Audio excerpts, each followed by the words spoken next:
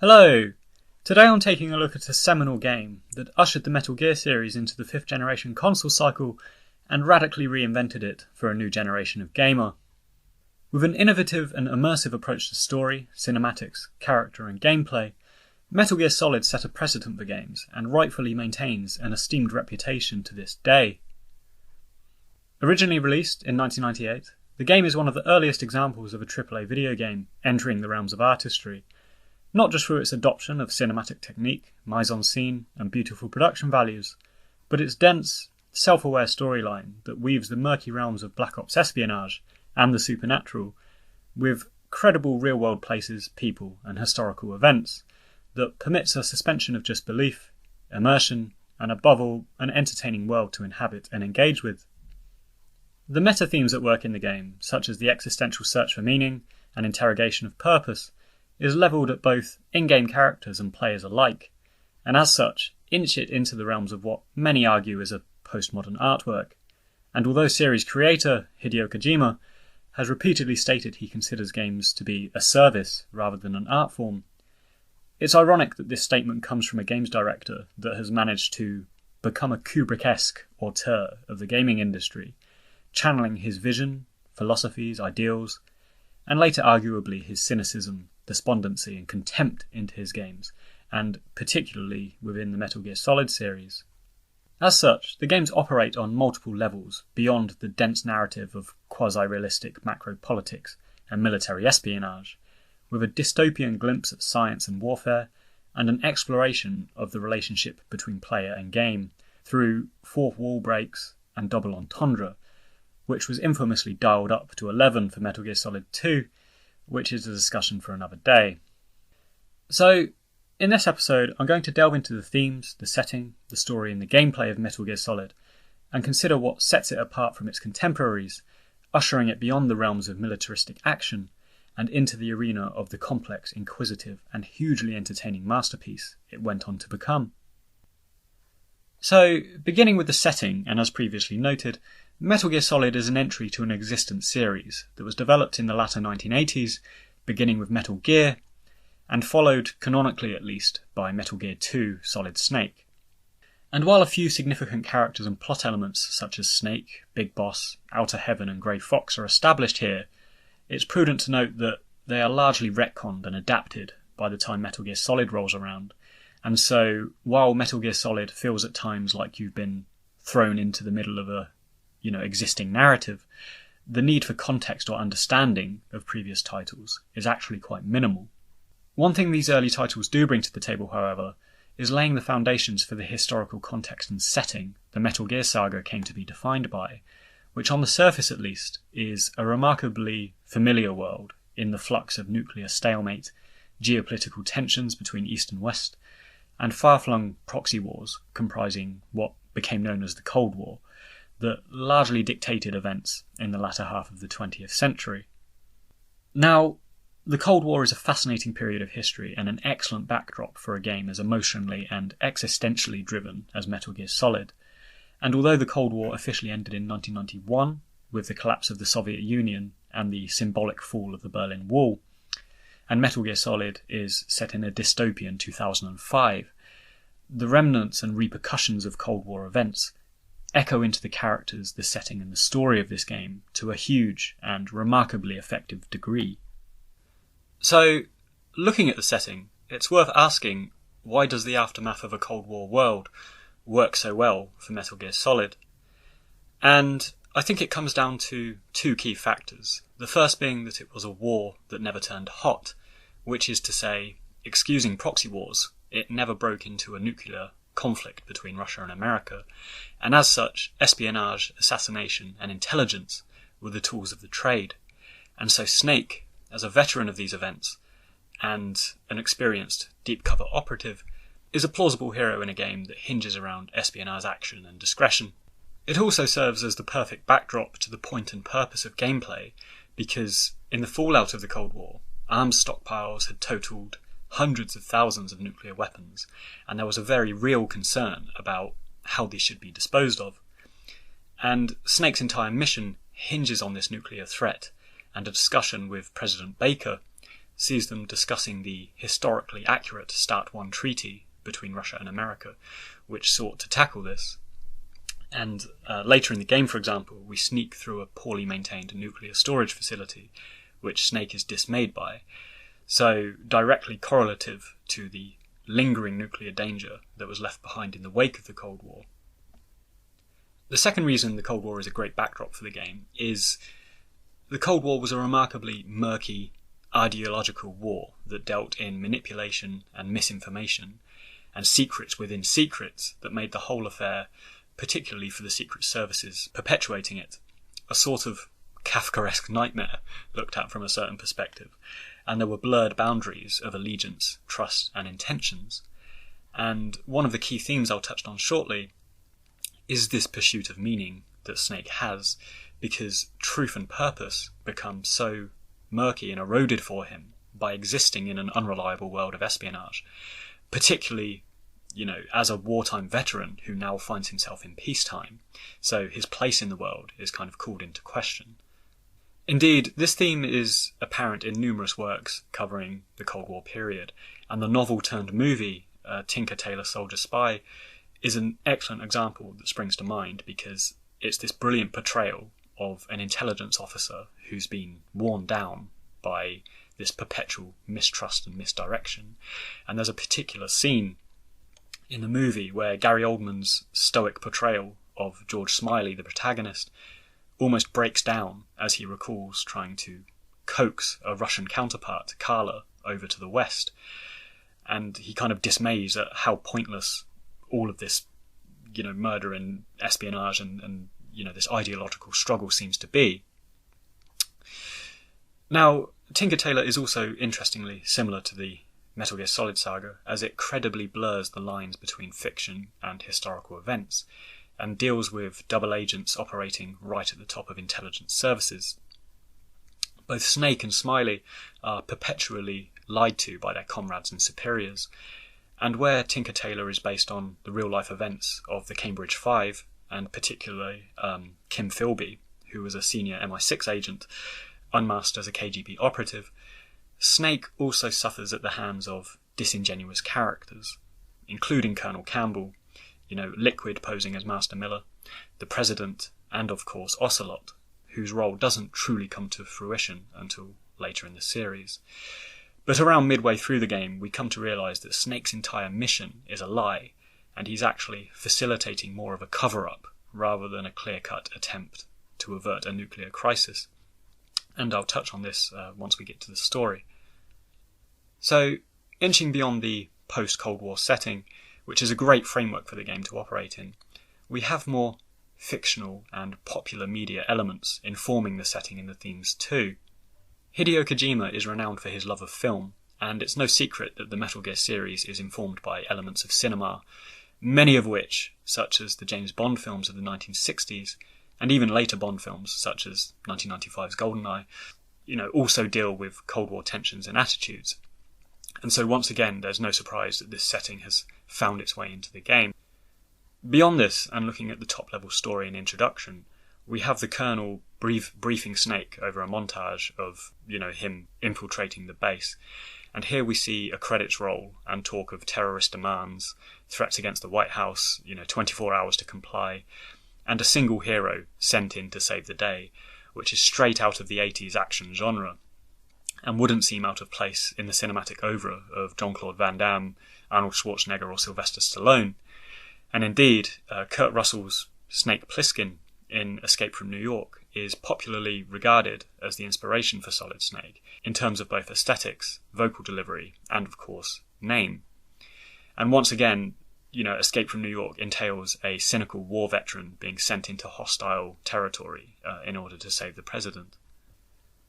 What's often overlooked regarding Metal Gear Solid 1, however, is beyond the Hollywood influences, we still have a game created and viewable through a quintessentially Japanese lens. It's a melting pot of East Asia's take on Hollywood tropes, and more conventionally Japanese media and heritage, which can be glimpsed in the form of the cyborg ninja, who's bent on honour and revenge, for example, the exclamation points and question marks that appear over guards' heads is very similar to the visual expressionism of manga and anime. and even Metal Gear Rex, which, as an anthropomorphic walking battle tank, is reminiscent of mechs popularly seen in Japanese media, such as Gundam, Neon Genesis, Gurren Lagann, and the Big O, for example. We even have Otacon stating that Grey Fox looks like something out of one of his Japanese animes, clearly making this connection and drawing attention to the fact that there's Asian influences and Asian elements at work here. Perhaps another more subtle aspect of the Japanese influence is the dialogue and the themes that are explored. It's been remarked upon before that spending ages talking about feelings and whether love can bloom on the battlefield isn't exactly the sort of conversation one might expect to have on the battlefield. But for anyone that's consumed Japanese movies, manga or anime before, you'll know that characters talk about their feelings and inadequacies dramatically all the time, even when it doesn't seem particularly plausible. For example, I was watching a Battle Royale recently, which is a Japanese movie about school kids being forced to kill one another on an island to keep the population down. And they're in this traumatic situation, and periodically, they're confessing their affections to classmates and things like this, which seems kind of out of place. And where Metal Gear Solid is concerned, its consideration of themes such as love and purpose might seem a bit hammy and misplaced and gushy at times. But I think, again, it's prudent to look at examples of Japanese culture, such as haiku poems, the novels of Haruki Murakami, and understand that grandiose themes and an exploration of the self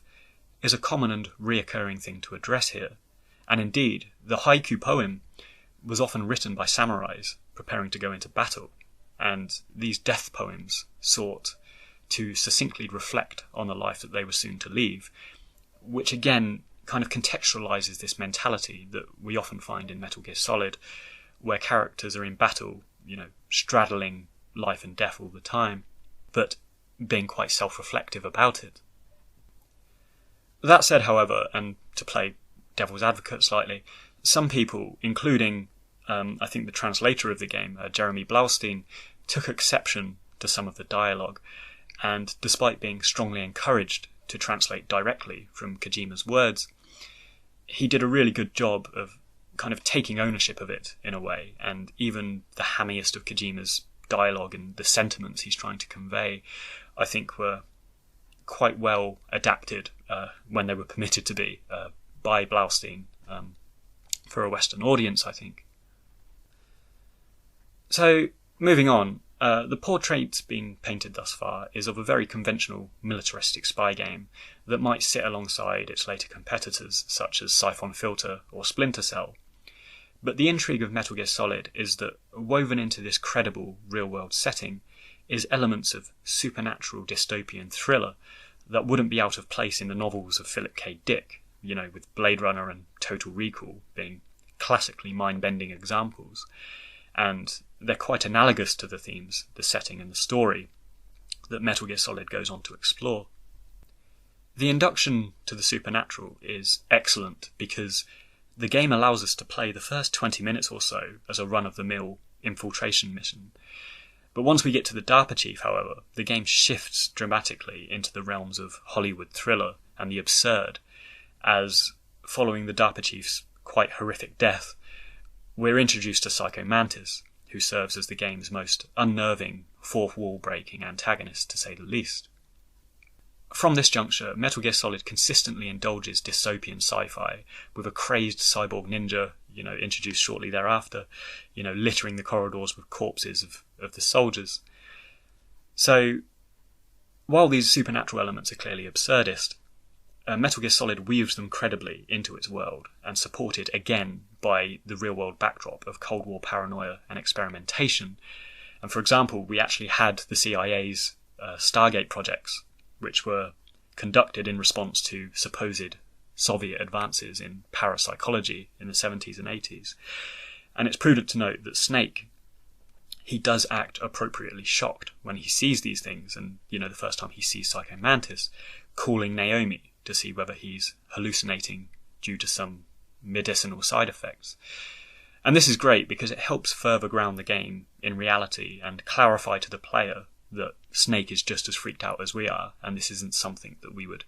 expect to find in this reality that is very similar to our own. Now, moving on to the themes of the game, which I've already touched on and the supernatural elements largely correspond to, we have grand, complex narratives at work, and indeed, Kojima's Metal Gear games have always come to be known for their perpetual questioning of life, reality, meaning, and individual purpose, and in short, identity. And this is where we begin branching into the rhetoric of postmodernism many have made for the game, because it extends beyond the deidesis of the game world and becomes more of a self-conscious dual-message discourse with an awareness of the player and the fact that it is a game being played. And although this is cynically and expertly dialed up by Kojima for Metal Gear Solid 2, the first game utilises non-diegetic features to propel the story forward, and also indulges considerable fourth wall breaks in codec conversations, as a form of subtle humour and self-awareness as a video game. For example, at times you have Naomi Hunter telling you that you're being attacked from off-screen, so need to find the enemy. You have Colonel Campbell telling you to push the select button to use the codec, and Ocelot telling you during torture that there are no continues, indicating that the game story and Meryl and Otacon's lives are dependent on the outcome of how you perform in the torture segment. And often, most humorously for non-essential dialogue, I think is Master Miller, who tells you to trust in your instincts as a gamer, get some rest after playing for a long time, and, wait for 30 minutes after eating before you play so that you don't slow your reaction time down. These pockets of dialogue are initially jarring, but quickly slot neatly and almost seamlessly into the game world,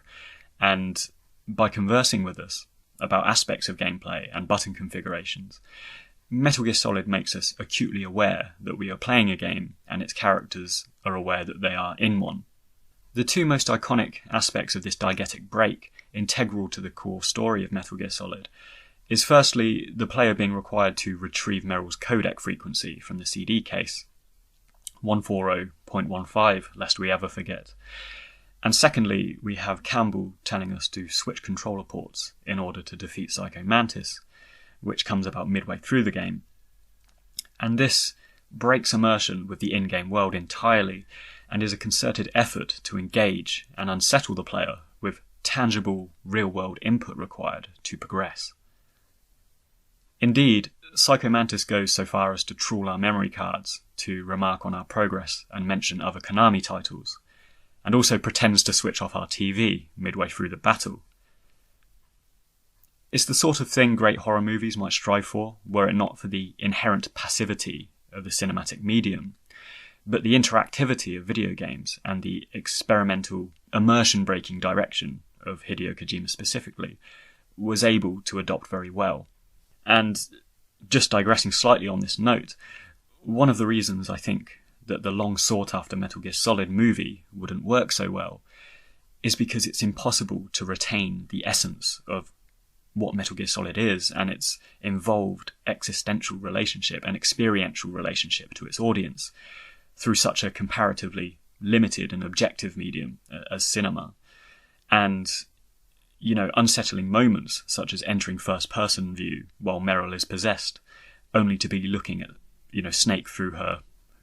Psycho Mantis's eyes, it's just not replicable in any other format. So all this fourth wall breaking and awareness of the player adds a layer of interpretable meaning to some of the themes explored in the game. Otacon asks, what are you fighting for? What are we fighting for? Snake mentions that he has no purpose, no goal, and that he only feels alive when he's killing. And Liquid reiterates that Snake in fact enjoys killing. And, it poses the question, is this the slightly hammy dialogue of an emotively driven game? Or is it levelled at the player, who does indeed control the purposeless avatar of Snake, who only enters existence when we turn on the console, and exists in what we direct him to do, i.e., most of the time, evasion and killing? It's an interesting point for discussion that, again, was dialed up to a much more intentional and obviously self-critical degree in Metal Gear Solid 2. But regardless, the entirety of the rebooted series, starting with Metal Gear Solid, has always enjoyed reflecting story, decisions and themes back onto the player for both humour and unsettling observation. Returning to identity and taking a step forward from the meta-characteristics of the game, identity and purpose are core facets of story for most characters we encounter. Snake, Meryl, Grey Fox and Otacon are all characters in a state of flux that question themselves, their purpose and their existence over the course of the game. Otacon wanted to use science for good, but ended up developing nuclear weapons for terrorists. Meryl wanted to be a cutting-edge soldier, following her dream to be in Foxhound, only to find that she's very green, to use Snake's military vernacular, and becomes afraid in firefights and combat situations. And Grey Fox, who is perfectly contextualised by the memorable line, "neither enemy nor friend," is a schizophrenic husk of Frank Jaeger with a fractured identity and largely mechanised body, which I'll touch on, once I get to the story and his particular role in that. And it's prudent to note that even the bosses we encounter, particularly Psycho Mantis, have their own grapplings with identity in their opening monologues and their dying words, which once again I'll touch on shortly. Another prominent theme in Metal Gear Solid, almost as a result of this search for purpose, is the idea of genes. Eugenics, gene therapy, a genome army, and lengthy dialogues about what we pass on and leave behind is the backbone of Snake's personal plight in the game, along with the peripheral characters he encounters. Indeed, arguably the most primal purpose of human beings, when we get right down to it, is procreation, the perpetuation of the species in the self by passing on one's genes and bloodline. And Snake, whose purpose as a wartime soldier in a post-war world, with a growing mistrust for those superiors in the government he once lived to defend, has started looking elsewhere for meaning, questioning these essential aspects of being and the legacy that he'll leave behind. As such, it's no accident that Snake discovers he's a man-made clone, born impotent by the Les Enfants Terribles project,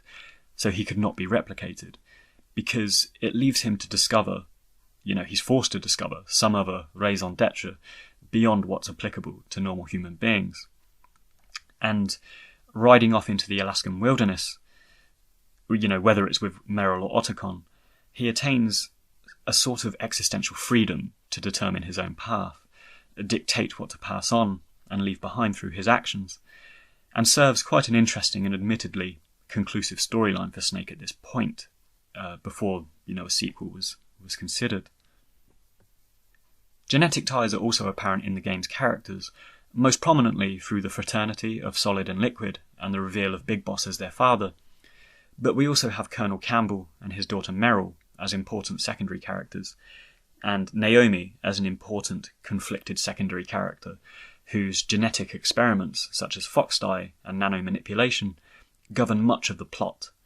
along with her important, albeit non-genetic relationship to her brother Grey Fox, which is the fly in the ointment for Snake later in the game and into the ending. A final significant theme evident across the increasingly dystopian Metal Gear series, beginning with Metal Gear Solid 1, is the rapid development, threat and power of technology. From the very outset, we have Naomi describing the nanomachines wired up to Snake, managing his metabolism, warmth, codec, and a range of other bodily functions. And once again, Kojima has expertly woven the reality of nanorobotic technology, which is still, an emergent technology today. And he weaves it in with this dystopia that has weaponized it in not an entirely unrealistic way. The cyborg ninja is another avatar of technology, as a traditionally archaic sword-wielding aspect of Japanese history, and now augmented into a man-machine, bridging this aspect of Japanese militaristic heritage, but merging it with a relentless and horrifying push towards the future, where Grey Fox has suffered trauma, resurrection and experimentation in the name of military progress. Metal Gear Rex, the namesake of the game, is likewise an example of experimentation in the name of military progress, and very much conceived in Kojima's dystopian vision of a Cold War future, where a walking nuclear battle tank, capable of deployment basically anywhere, could tilt the scales of global dominance between superpowers and in this case, the terrorists, and by extension, even the patriots who operate, in a murky region behind them. VR training is finally another component of the game world that exemplifies this division between old and new. Snake frequently dismays of VR training being incapable of replicating the real thing, and this is something that once again is explored more thoroughly when we get to the character of Raiden in Metal Gear Solid 2, which again is a conversation for another day. So this dystopian use of technology is firmly established in Metal Gear Solid 1 and is the basis of the power struggle that ensues across the chronological installments 2 and 4. But I'm reluctant to discuss it much further here because it's much more thoroughly explored in later games when we get to the Patriots, the PMCs, and other such features that govern the story and Snake's agenda in those games. However, it's relevant here because Metal Gear Solid 1 laid these foundations and paved the way for these later installments. And although later games became increasingly questioned by some sections of the fan base for how dystopian and wayward they went, the question of technology has always been a consistent thread and a core facet of story since this first instance of the Metal Gear Solid franchise. Moving from themes now, and just before we touch on the story and characters of Metal Gear Solid, I think it's worth touching on the tone, art direction, and mise-en-scene of the game, which significantly impacts the way this story is delivered. The set pieces, cinematography, and audio combine beautifully to package this narrative into what, by 1998 standards at least, was considered a cinematic masterpiece. The blue hues craft the setting of Shadow Moses Island brilliantly, and each room within the facility is crafted to be a unique, engaging puzzle, without the repetition or boredom of reused settings or assets as a result. The wood-panelled corridor to the commander's office, for example, contrasts with the blast furnace or the lengthy verticality of the communications tower, and although the necessity of backtracking and the relative shortness of the game has been levelled at disk space being filled by bespoke level design, causing some backlash and criticism from fans, Metal Gear Solid was nonetheless a memorable and beautiful experience to play through as a result of this uniqueness and attention to detail with each facet of the game map. We also have dramatic cutscenes, cinematography and camera angles on a par with Hollywood thrillers, such as the corridor littered with the corpses in the wake of Grey Fox, along with the awkward humour often elicited from Kojima's incessant close crops on Meryl's and Sniper Wolf's polygonal behinds. The camera work is at once cinematic, but more importantly used brilliantly to elicit emotion and immediacy in the storyline, in action sequences, and even during gameplay, such as the close-cropped, shadowy vignette angle that we see in Tower Block B, which gives the uneasy sense that we're being watched. And shortly thereafter, of course, we are ambushed in the elevator by guards wearing stealth camouflage. So it's these interesting illusions that, utilise cinematography really quite well. The splicing together of real-world footage of nuclear weapons tests, NATO meetings and Cold War agreements also contributes to the suspension of disbelief and pseudo-realities that Metal Gear Solid presents to the player, and once again this weaves credibly into the fiction that we're presented with here. And while many despair of the lengthy dialogues with President Baker or the DARPA chief, the footage that they use here works really well to ground us in a plausible game world and offers credibility to the discussions that are being had. So let's move on now and discuss the story and gameplay, and where relevant I'll relate back to the themes that we've discussed thus far. But kicking off, we begin with an infiltration segment that establishes Snake's isolation at the fortified island of Shadow Moses. He's supported via codec by Colonel Campbell, Naomi, Mei Ling, and some other peripheral characters such as Nastasha Romanenko and Liquid Snake's Master Miller. And the codec is an interesting concept relied upon to propel game story and particularly character relationships forward over the course of most, Metal Gear Solid games, starting with Metal Gear Solid 1. Now, Snake being isolated naturally makes character interactions and development quite difficult to achieve by the traditional means of interaction, and the codec is a sound intermediary supported by character portraits, which shows their emotions and reactions as a visual cue.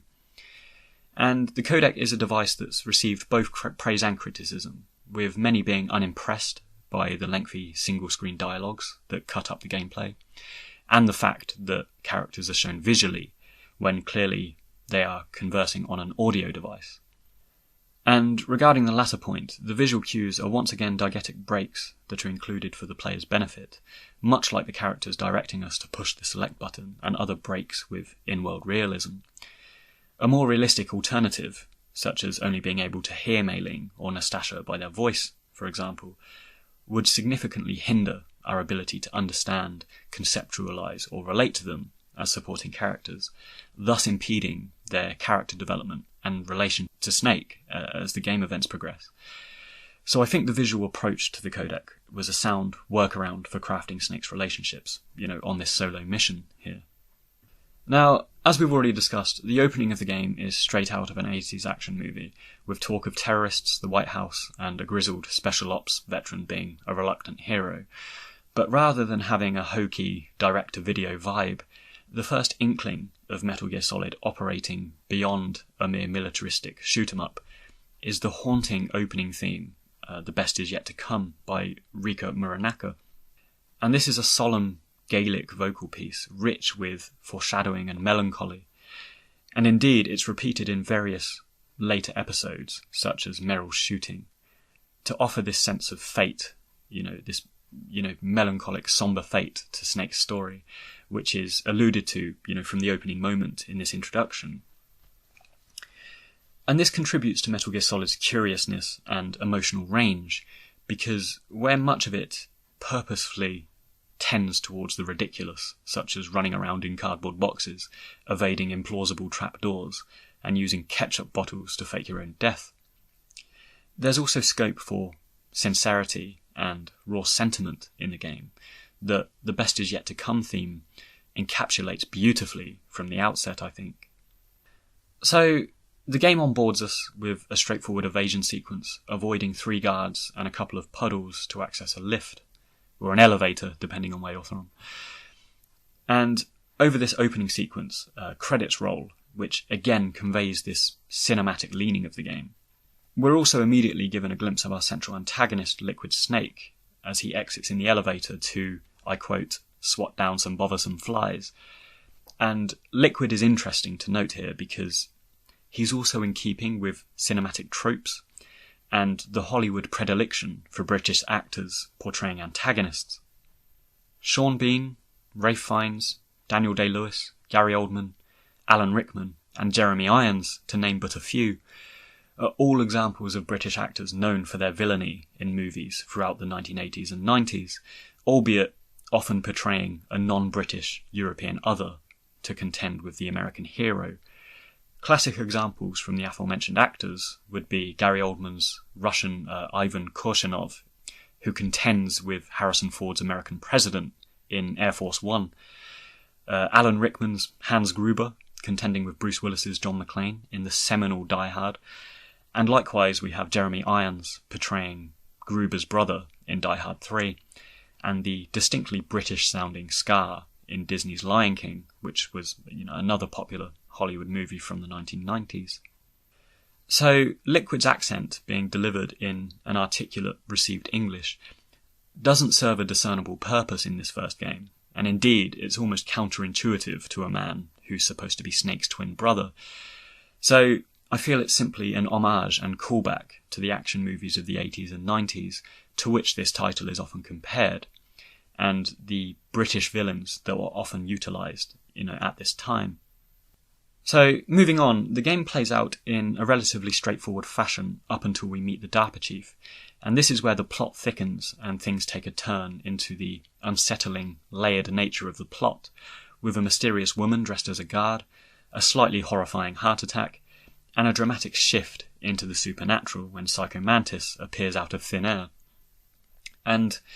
at this point we realise we're operating in a complex narrative where things aren't really what they seem, and Snake's stuck in the centre of it all, lost in this world of murky untruths in the middle of nowhere. And once again, this is where this distrust and quest for meaning begins for Snake, and the codec calls with Campbell become a lot more intense and distrustful, as the commanding officer is evidently withholding information from him. Another important aspect of this segment, aside from, the DARPA chief, aka Decoy Octopus, contextualizing the situation, leading up to this point, is that we're introduced to the character of Meryl.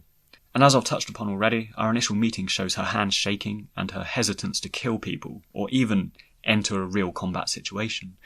And this contextualizes this dichotomy between her dreams to be a soldier and her competence at doing so. Following this segment, the next significant area is the armory, where we have the opportunity to broaden our arsenal, and here we find various improbable trapdoors in the floors that have long met with criticism from fans. And for my part, I think, much like being instructed how to use the gamepad by characters on the codec and other instances of self-awareness, the trapdoors are a purposeful inclusion to remind us that we're in a game world,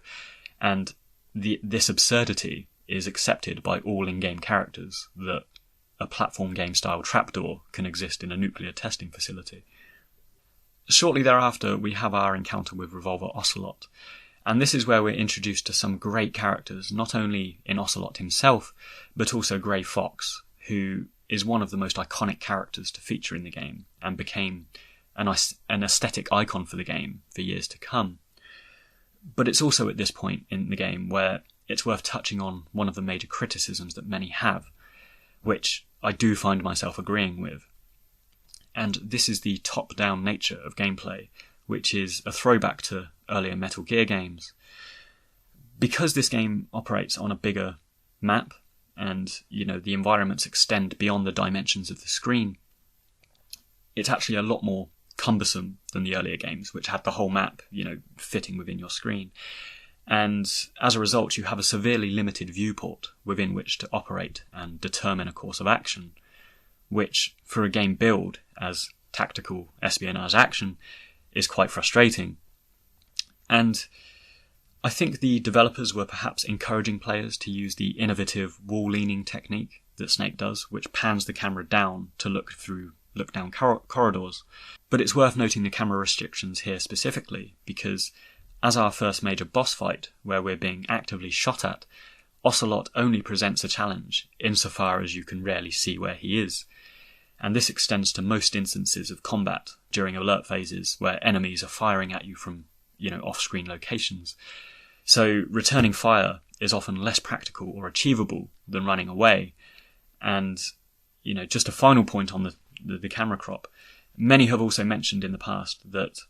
the only practical way of playing some game segments is by looking at the radar, which contradicts and largely detracts from, the beautiful aesthetics and maps and the intricate environments that had so much effort, put into them to create.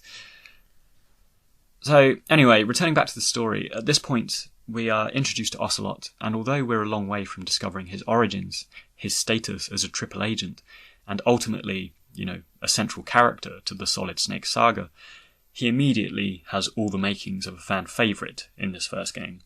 which likely encouraged his continuity to the saga in the first place. But having said that, he does of course have the post-credits dialogue, which alludes to his significance in the series, before we even get to the second and fourth games. So, with his grizzled southern twang, distinctive attire and trademark revolver,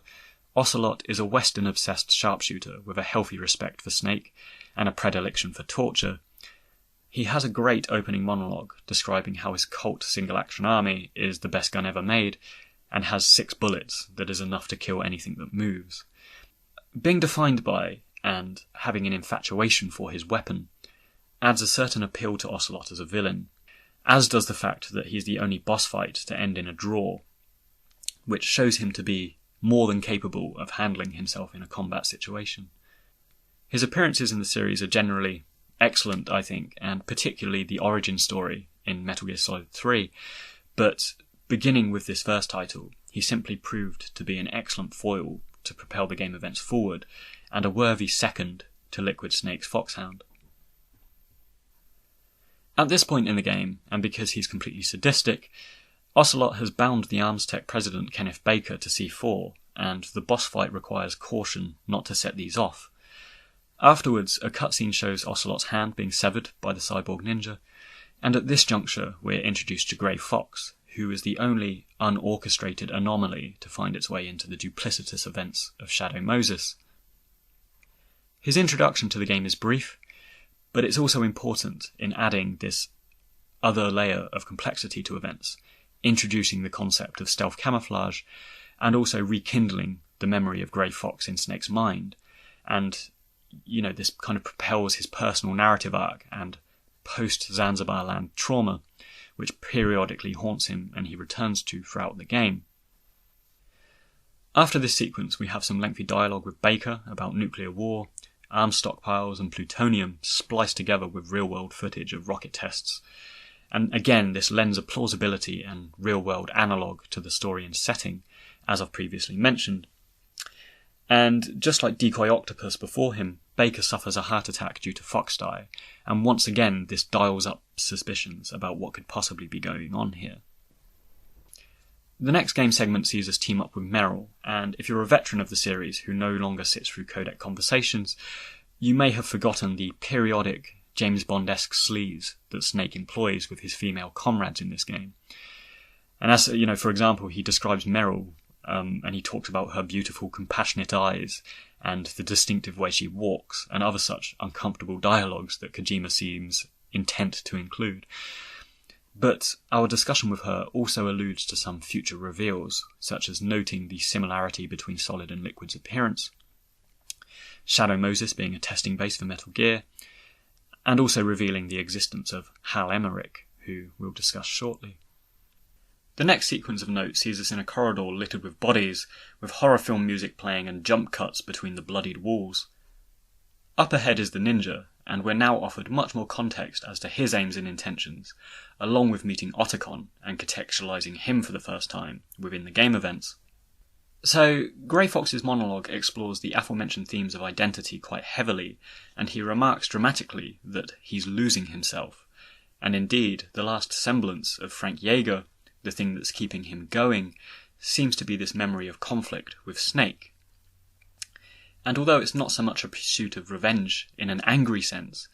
it's something of a redemption and a closure for him, and this is a man that remembers very little before or since being killed by Snake.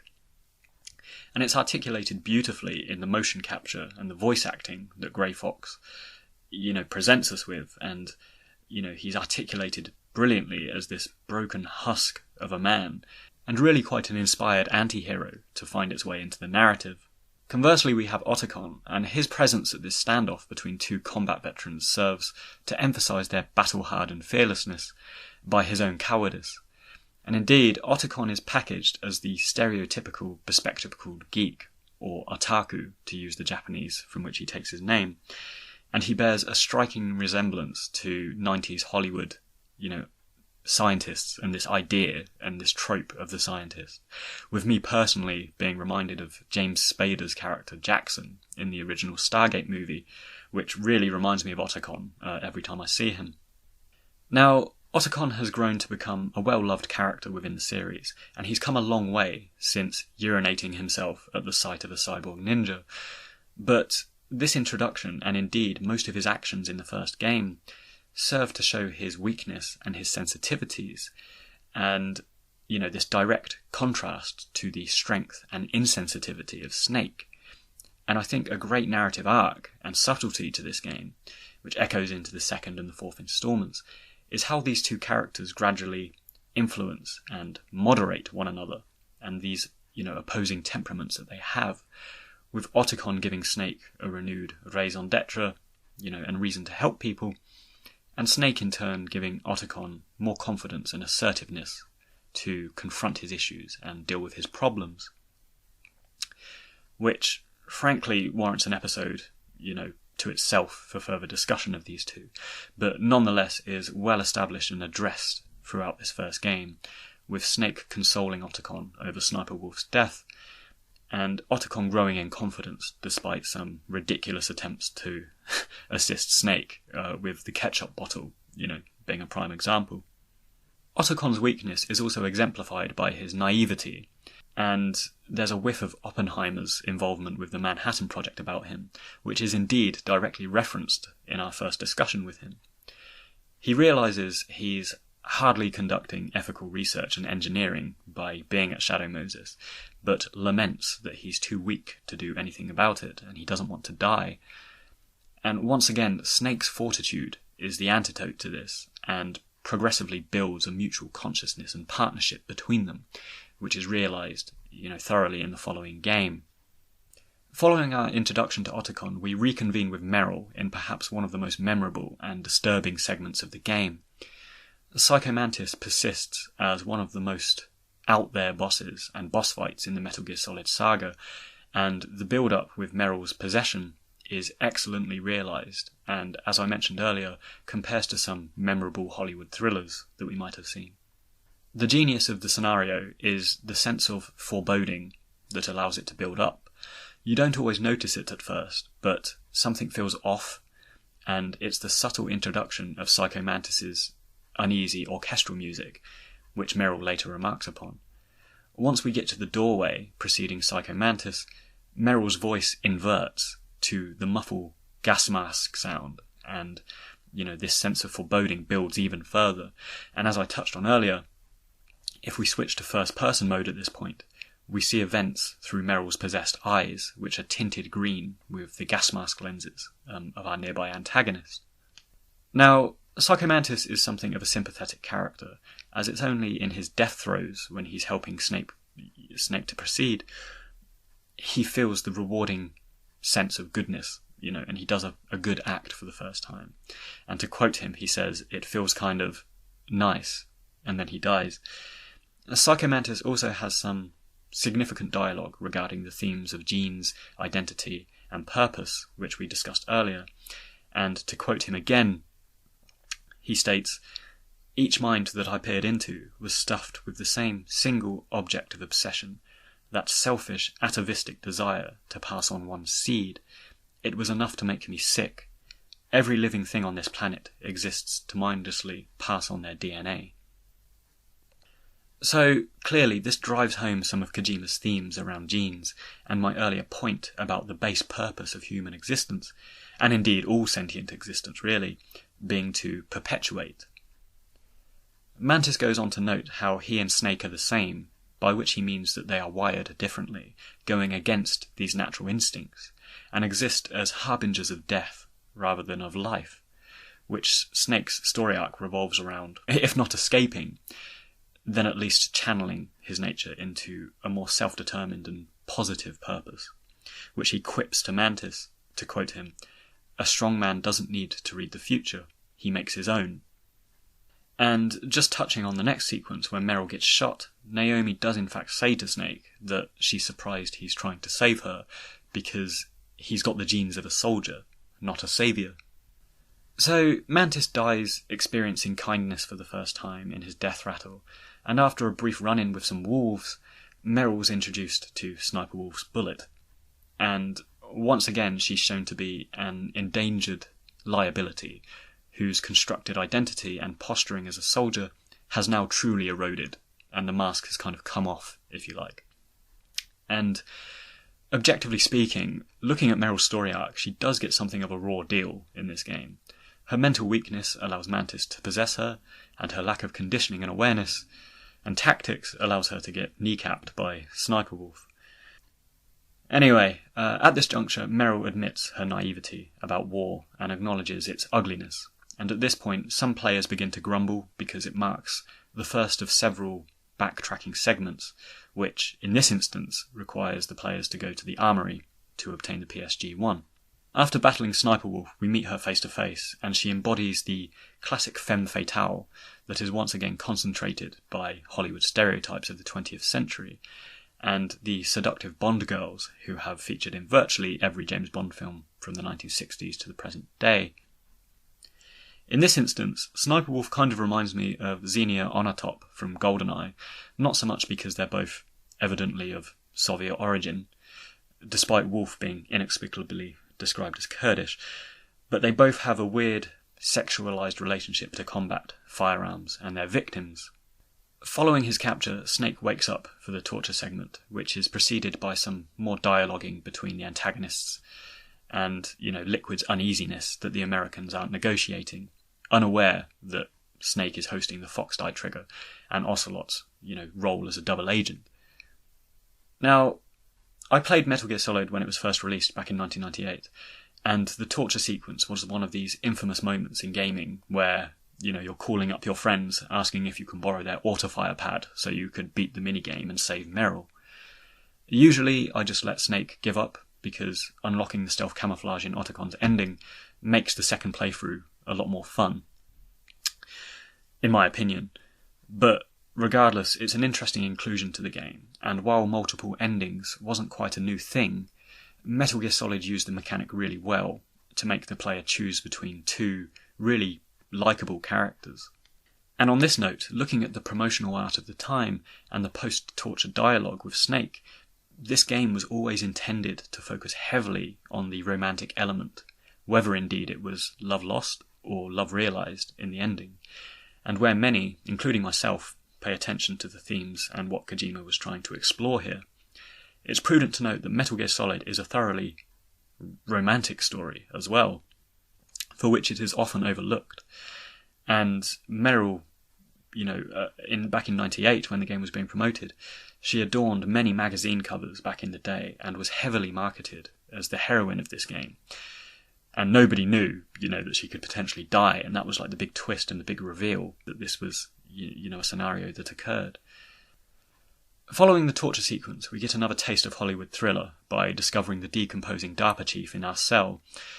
Once again, the attention to detail cannot be understated here, as entering first-person mode shows him crawling with maggots,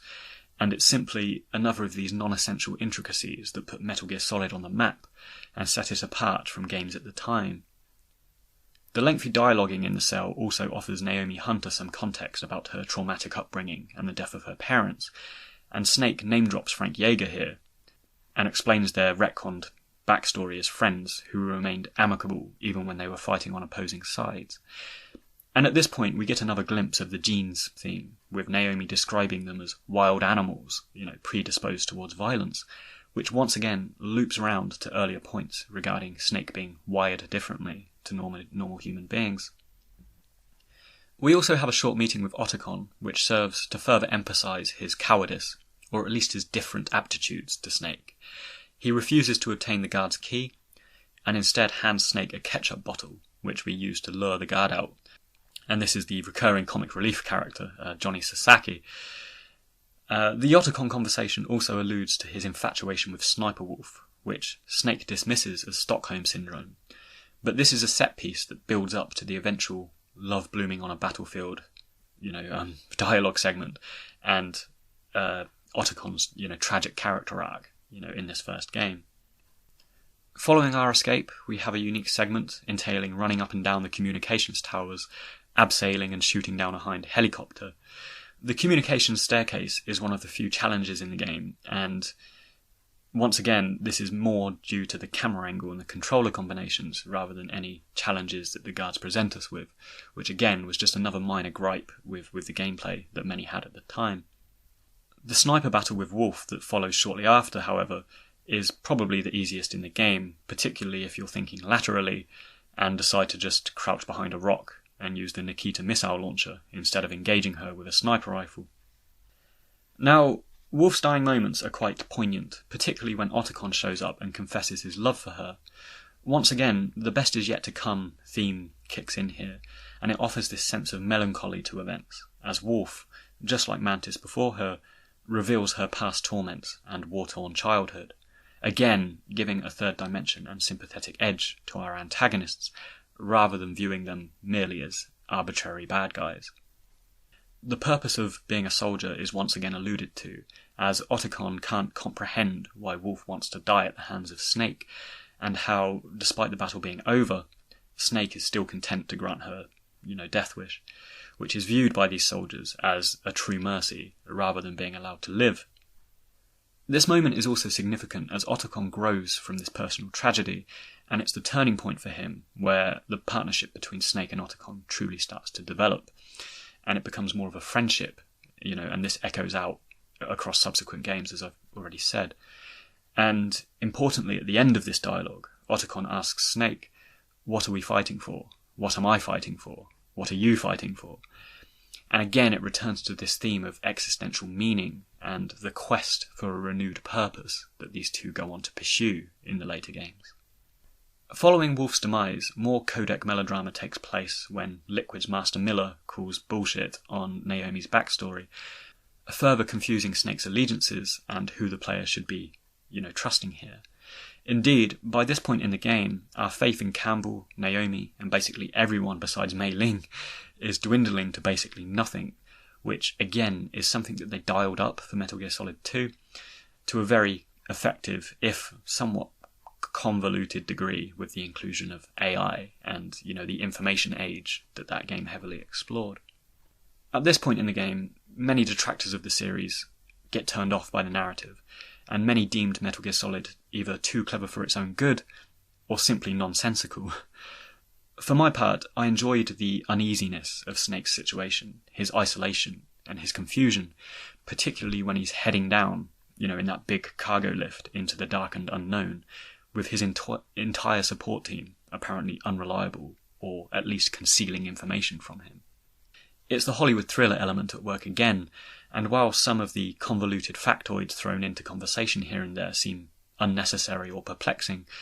I think Metal Gear Solid broadly delivers effective exposition, reveals, and build-ups to its scenarios that survived the translation process and went down really well with a Western audience, poignantly delivered in moments such as this, where Naomi's being considered a traitor and arrested. Next we have an interesting boss fight with Vulcan Raven, who's a more esoteric, mystical character packaged as a large, brutish shaman. Once again, he has some dialogues with Snake which remark upon his purpose as a warrior and his difference to normal human beings, and to quote Raven, "You are a snake which was not created by nature. You and the boss are from another world, a world I do not wish to know." And here, Raven is not only touching on the purpose of Snake's existence, but also the earlier mention of nature versus technology that Metal Gear Solid, explores quite heavily. Solid and Liquid are man-made experiments, and Raven as a mystic, with an affinity towards birds and aspects of nature, is the antithesis of this cloning process, perpetrated to create a replica of Big Boss. Raven is also the last sub-boss in this band of Foxhound misfits, and he has among the most glorious endings when his ravens arrive to consume him. But, prudently,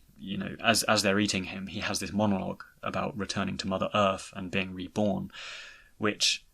lends him to this much more natural, cyclical order of things, which once again contrasts with Snake's origins. Looking back on the Foxhound bosses we've encountered in this game,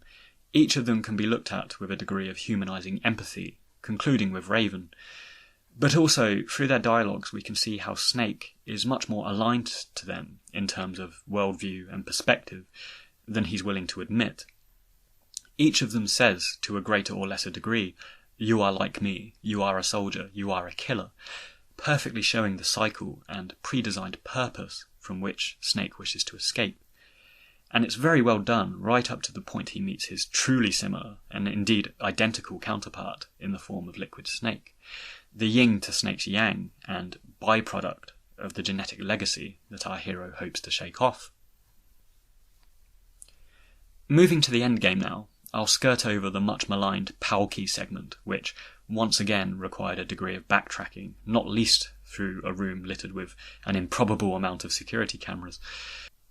But now we encounter a few final twists regarding Naomi's betrayal of Snake to avenge Frank Yeager,